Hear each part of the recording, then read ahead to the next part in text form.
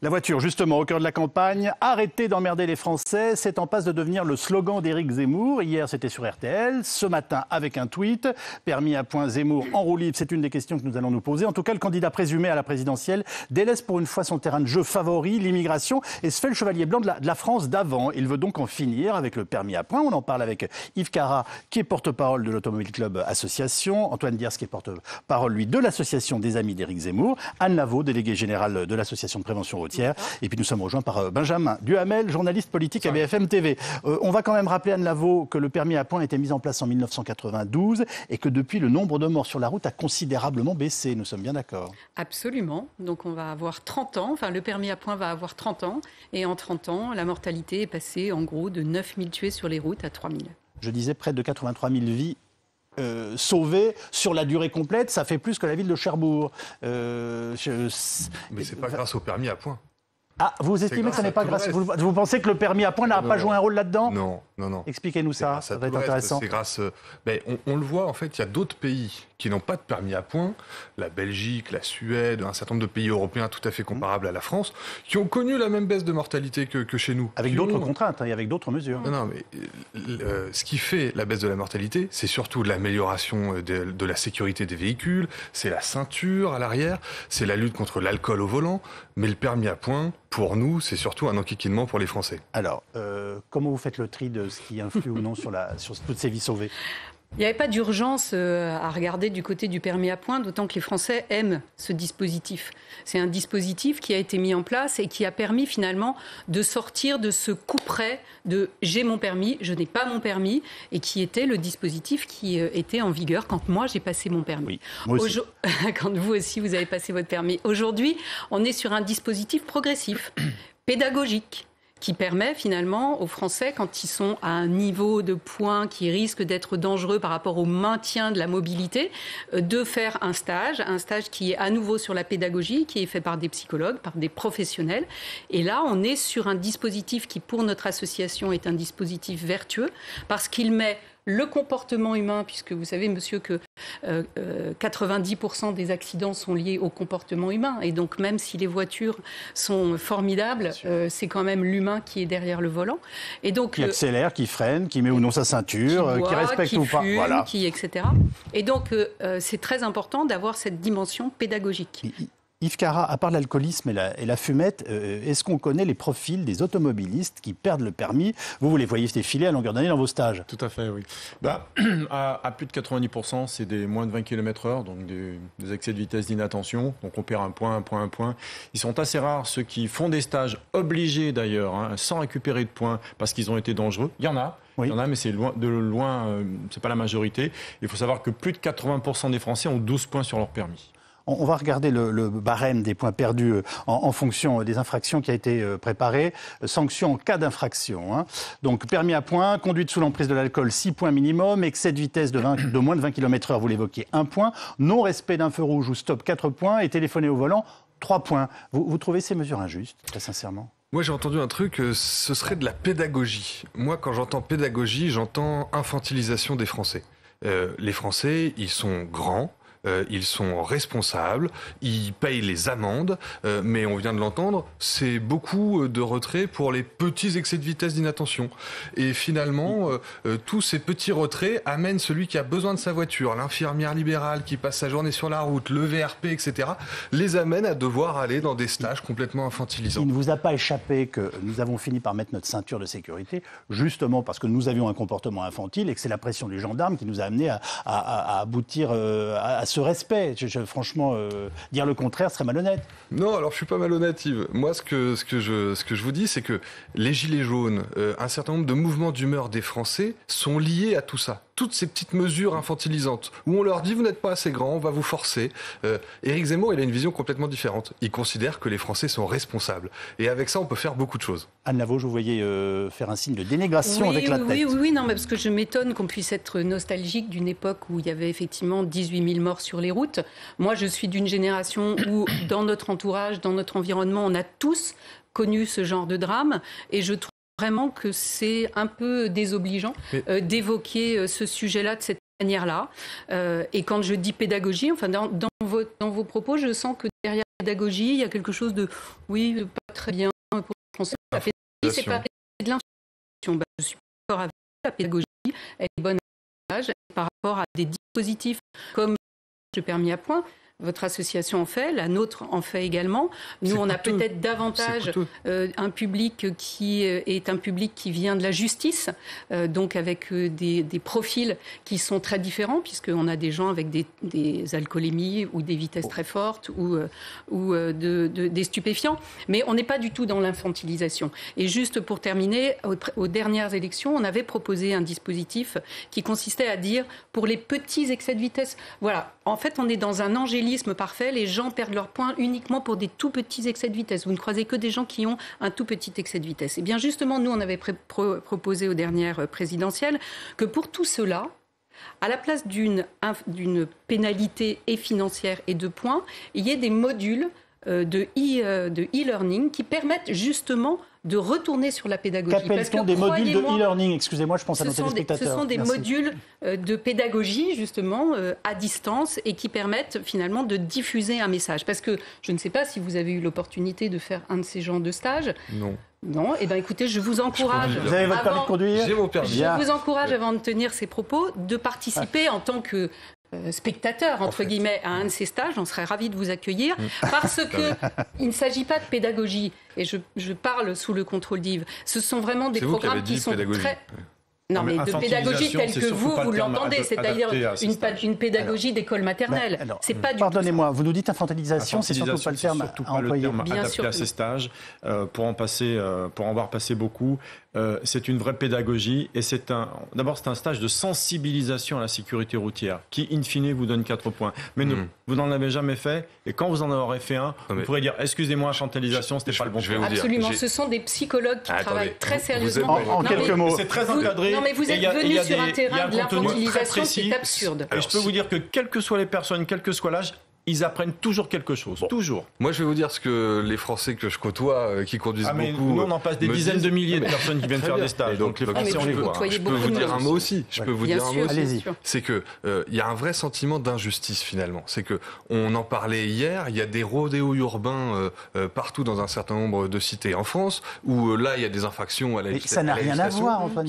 Les rodéos urbains sont en effet quelque chose de dangereux et qu'il faut absolument essayer de contrôler, mais qui n'est pas sanctionné. Le Français qui est sanctionné, c'est le bon Français qui respecte la loi et qui, pour une fois, a dépassé un peu la limitation de vitesse et donc il va perdre un point, il va en reperdre un, il va se retrouver dans un On en est encore au bon Français, l'automobiliste va chalet, etc. On attend autre chose, non, d'un nouveau candidat à une élection présidentielle. Mais attendez, c'est symptomatique de notre pays. Il y a des grosses infractions, des rodéos urbains, par exemple, si on parle de sécurité routière, encore une dame d'un certain âge qui a été percutée il n'y a pas longtemps. La police ne peut rien parce qu'on ne donne pas les moyens à la police d'attraper ces auteurs de rodéos urbains. Et pendant ce temps-là, on enquiquine le Français qui dépasse de quelques kilomètres/heure la vitesse limite. C'est vraiment ça qu'Éric Zemmour dit. Parce que la conduite tue quand elle n'est pas maîtrisée. Il y a quand même une raison à tout ça. Pardonnez-moi, Benjamin Duhamel. Donc, comment expliquez-vous qu'Éric Zemmour en vienne aujourd'hui à aborder ces questions et se lance dans ce type de campagne? Écoutez, je fais 3 commentaires en répondant à votre question. D'abord, ce qui peut se penser, c'est de dire que si Éric Zemmour décide de mettre sur la table le sujet du permis à points, quelle est l'étape d'après? Parce qu'au nom de cet argument pédagogie, infantilisation, vous direz, Monsieur Diers, est-ce que dans ce cas-là, on va dire que la ceinture enquiquine les Français? Est-ce que les radars enquiquinent les Français? Est-ce que les limitations de vitesse... Je termine juste ma démonstration. Donc ça, c'est un premier point déjà qui interpelle pour quelqu'un qui, dans quelques jours, quelques semaines, sera candidat à l'élection présidentielle. Où on s'arrête. 2, vous me dites pourquoi. Il y a une volonté très claire de la part d'Éric Zemmour de jouer sur cette antienne pompidolienne, vous dites enquiquiner, la vraie phrase, c'est arrêter d'emmerder les Français, qui a été reprise par François Fillon en 2016-2017 pour taper sur un État ultra normatif, supposément obèse, qui de fait empêcherait les gens de vivre au quotidien tranquillement. C'est par ailleurs aussi une façon pour Éric Zemmour d'essayer de parler aux classes populaires, ceux qui prennent leur voiture, qui ont de longues distances à faire, dans un moment où entre Marine Le Pen et lui, il y a une sorte de bataille pour savoir à qui sera celui qui parlera le plus aux classes populaires. Simplement, sans faire de formule de Pompidou à Poujade, il y a un franchissement qui peut être fait quand on fait ce type de proposition. où par ailleurs il n'y a pas de demande forte de l'opinion. Il y a des demandes fortes. Les gilets jaunes, étaient exaspérés par les 80 km/h, pouvaient être exaspérés contre, par exemple, les règles sur le contrôle technique. Ça coûte cher. Le prix de l'essence. Le prix de l'essence, évidemment, le prix à la pompe. A-t-on entendu des gens sur des ronds-points protester contre le permis à points? Et enfin, j'en arrive à mon troisième point. Ce qui est intéressant pour le futur candidat Éric Zemmour, c'est qu'on l'a entendu à longueur de plateau de télévision quand il était interrogé sur ce qu'il ferait comme président sur le pouvoir d'achat, dire mais attendez-moi.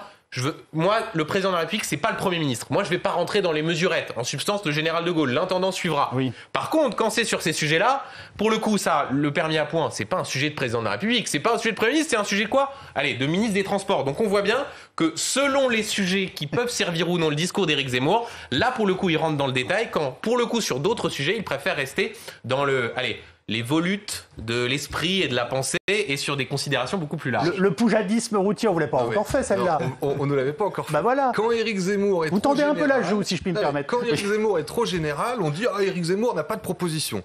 Quand il fait des propositions, on dit il fait trop de propositions. C'est ce qu'il dit. Donc honnêtement, votre argument est un peu délicat, Benjamin. Ce que je voulais vous dire, c'est que vous évoquiez les 80 km/h. Éric Zemmour fait aussi cette proposition. Bien sûr. On arrête le 80 km/h absurde où l'automobiliste sur un trajet, il est à 80, il passe à 90, il repasse à 80, il repasse à 90 et il se fait avoir. Il se fait arnaquer par les radars. Benjamin Duhamel avait raison. Quand vous arrêtez-vous, parce qu'après on va remettre en cause, alors en effet la ceinture comme il l'a dit, je sais pas le siège pour bébé, non mais le siège pour bébé, et on va remonter à l'époque où on posait le couffin sur la banquette arrière de la R16. Yves. Vous n'avez pas connu ça, vous êtes trop jeune, mais quand même. Oui, j'ai pas connu la R16. Non. Mais Éric Zemmour, mais quelles sont les limites? Il ne revient pas sur le reste de la réglementation routière. Il dit juste que le permis à points, c'est pénible parce que on doit faire des stages, c'est coûteux le stage, etc. Et que pour un certain nombre de Français qui roulent beaucoup, c'est vraiment une pression au quotidien et que c'est inutile de les emmerder avec ça. Je n'ai pas honte de dire que moi j'ai fait un stage de récupération de points chez Yves Carrard, en l'occurrence. Pardonnez-moi, mais de quoi se plaignent les automobilistes qui viennent chez vous? Qu'est-ce qu'ils trouvent injuste finalement?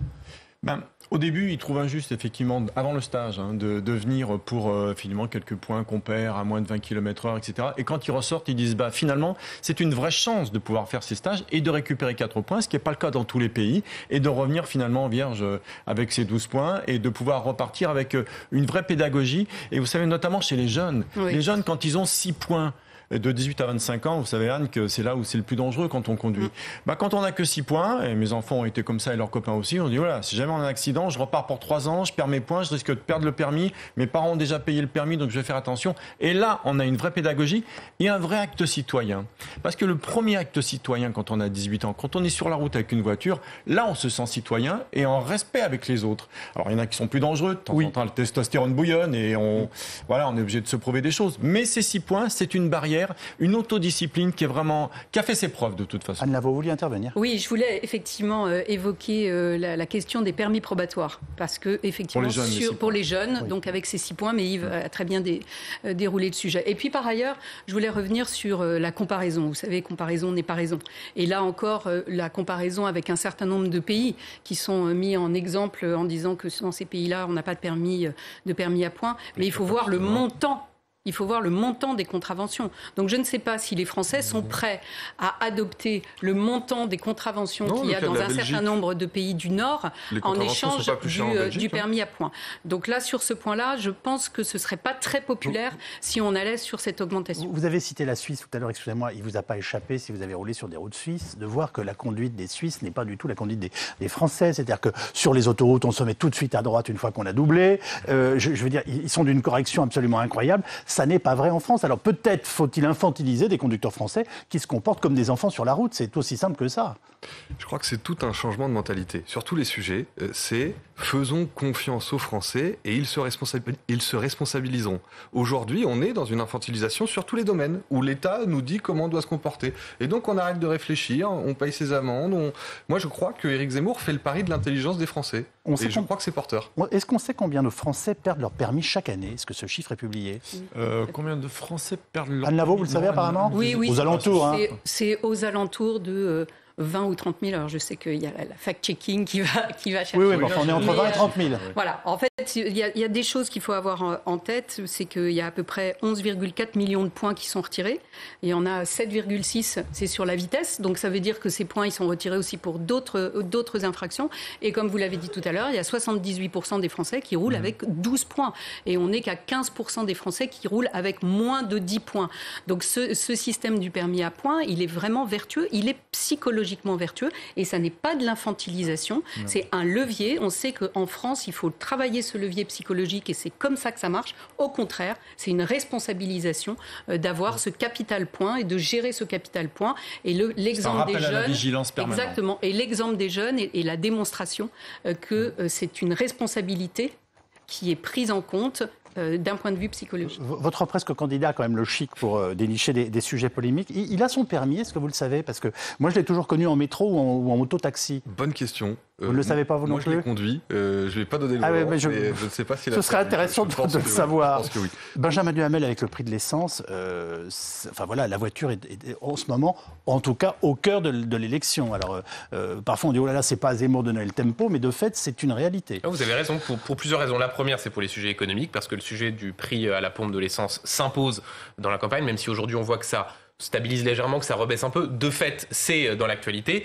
Deuxièmement, pour la question, à tort ou à raison, parfois caricaturale, qu'il y aurait effectivement un État qui s'en prendrait de façon forte aux faibles, à savoir sur les limitations de vitesse, sur les radars, et qui sur d'autres sujets serait défaillant. Et puis pour une raison aussi sans doute plus identitaire, parce que dans l'esprit des Français, la voiture, vous parliez de la R16, des routes nationales pour aller en vacances. Dans l'imaginaire français, certains se servent de cet outil, la voiture, pour en faire un objet politique, pour flatter le temps d'avant, la nostalgie, où effectivement on n'allait pas vous embêter parce qu'il y avait un permis à points, et c'est effectivement ce sur quoi joue à fond Éric Zemmour. Ce qui est intéressant, Yves, aussi, c'est qu'on voyait bien qu'on parlait d'une campagne où les sujets identitaires dominaient tous les sujets identitaires, à savoir immigration, islam, voilà. On voit bien aussi qu'à certains moments, que ce soit Éric Zemmour ou non qui lance ce type de sujet, il peut y avoir des déports dans le débat, mais indéniablement, la voiture fait partie de l'histoire française, dans l'imaginaire collectif qu'il peut y avoir, que ce soit les familles ou autres, et c'est aussi pour cela que ça réagit, et c'est d'ailleurs aussi pour cela qu'Éric Zemmour lui-même, qui, quoi que vous disiez, préfère rester dans les grandes idées, va sur ce sujet-là, parce qu'il sait que ça fait réagir, et il sait, Yves, que tout le monde a un avis sur ce sujet, et de fait, ça n'a pas manqué. Alors, dans cela, il reste un bon journaliste, s'il trouve les thèmes dont tout le monde parle. Yves Carra, est-ce qu'il y a une acceptation aujourd'hui du permis à points? Ah oui, complètement. C'est clair? Oui, complètement. Quand on fait passer le message que c'est une chance de pouvoir être sensibilisé pendant 2 jours et de récupérer 4 points et de repartir avec un peu plus d'informations pour être un peu plus vigilant, parce que le terme c'est vigilant. Oui. C'est une chance. Et, vous savez, vous avez parlé de l'imaginaire, mais c'est pas de l'imaginaire la voiture. 20% du réseau routier européen est en France. Donc on a le premier réseau social, c'est la route, faut l'entretenir, c'est une vraie chance. Quand je disais l'imaginaire collectif, c'est dans la réalité aussi. Oui, c'est imaginaire et c'est très concret. On a une vraie industrie mise en danger d'ailleurs par la voiture électrique et tout ce qui arrive, donc faut faire attention. Donc c'est pas imaginaire, c'est très concret. C'est notre histoire, il faut la respecter et je trouve les Français quand même sur les routes globalement plutôt prudent. Il y a toujours effectivement des gens qui se croient champions du monde des rallyes, mais il n'y en a pas tant que ça. Par contre, ceux qui roulent au milieu sur l'autoroute, ça, il y en a beaucoup et c'est pénible. Ça, c'est vraiment pénible, il faut qu'ils se rabattent. Un dernier mot avant de nous séparer? Oui, il y a une façon de faire la synthèse de tout ça, c'est l'éco-conduite. Moins de carburant, conduite apaisée, nous. Et une conduite apaisée qui permet de rouler plus sereinement.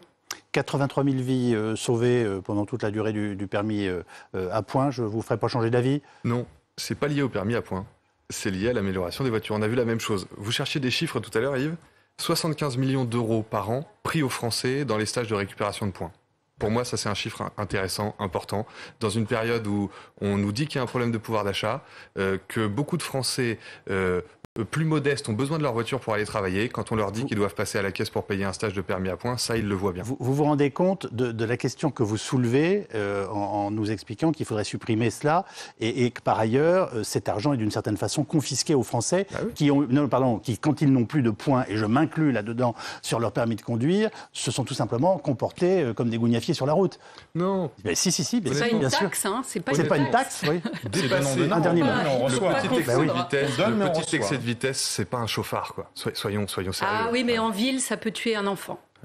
Merci beaucoup. On va en rester là pour ce soir.